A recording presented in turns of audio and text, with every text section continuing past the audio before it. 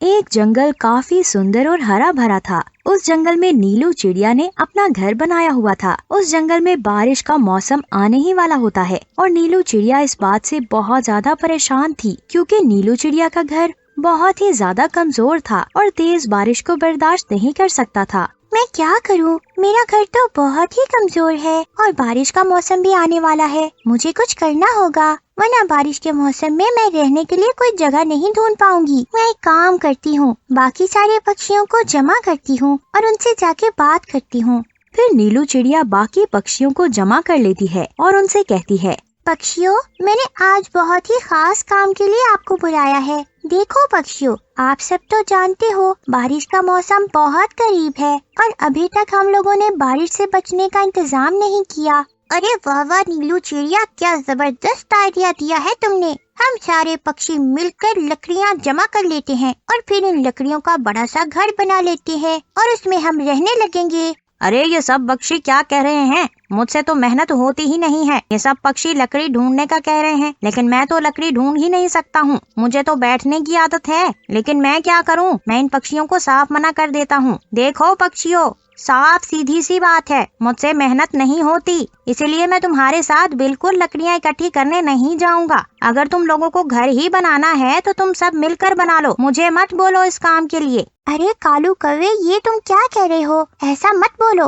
देखो, अगर तुम हमारे साथ लकड़ियाँ चुनवाओगे तो इस घर में तुम भी रह सकते हो ना, वरना तुम हर साल की तरह इस साल भी बारिश में भीगोगे। देखो, मेरी बात मान लो और तुम हमारे साथ लकड़ियाँ चुनवाने में मदद करो। हाँ कालू कौवे, नीलू चिड़िया बिल्कुल ठीक कह रही है। हम सारे पक्षी मिलकर जल्दी से लकड़ियाँ जमा कर लेते हैं और फिर एक बड़ा सा घर बना लेंगे और इसमें रहने लगेंगे। अरे तुम सारे मेरी बिल्कुल भी चिंता मत करो। बारिश के दिनों में रानी की माँ के पास चला जाऊंगा और वहाँ जाकर रह लूंगा। इतना कहकर कालू कौवा वहाँ से चला जाता है और फिर सारे पक्षी लकड़ियाँ ढूंढने के लिए निकल जाते हैं। सारे पक्षी मिलकर इधर उधर लकड़ियाँ तलाश कर रहे होते हैं, लेकिन किसी भी पक्षी को कहीं पर भी कोई लकड़ी दिखाई नहीं देती। काफी देर तक लकड़ियाँ ढूंढने के बाद वो सारे पक्षी थक हार कर एक पेड़ पर आकर बैठ जाते हैं।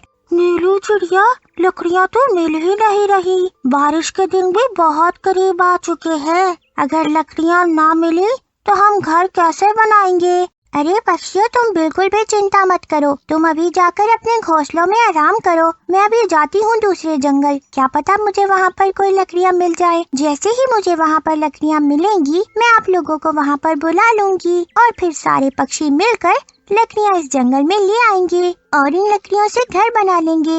ये कहकर नीलू चिड़िया लकड़ियाँ ढूंढते ढूंढते किसी दूसरे जंगल आ जाती है। बाकी पक्षी खाली हाथ घर को लौट जाते हैं।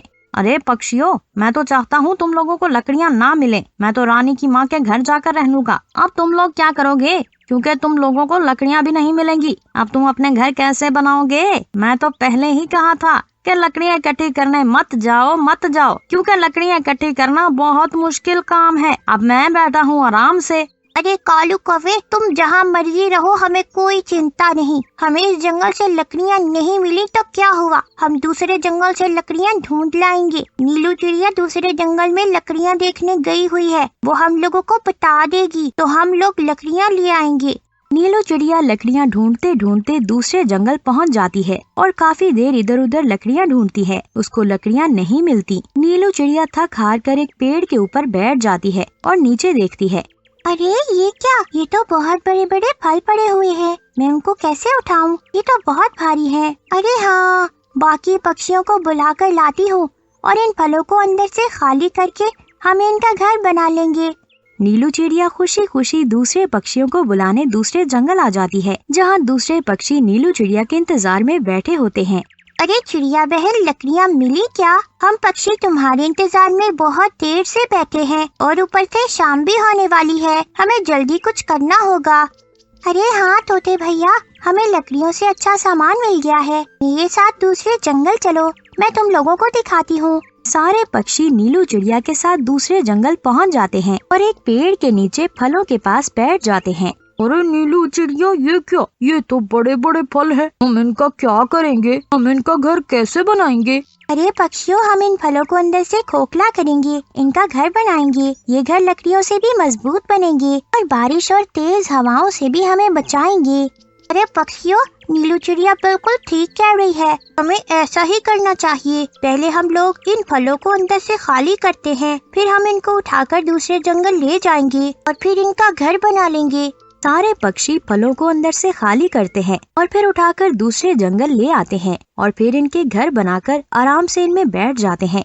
थोड़ी देर के बाद तेज हवा और बारिश आ जाती है। सारे पक्षी आराम से अपने कालू कौवा रानी की माँ के पास चला जाता है। रानी और इसकी माँ एक छोटे से घोंसले में बैठी बारिश में भीग रही होती हैं। अरे रानी की अम्मा, तुम्हारे को क्या हुआ? तुम बारिश में क्यों भीग रही हो? मैं तो तुम्हारे पास रहने आया हूँ, लेकिन तुम तो पहले ही मुश्किल में हो।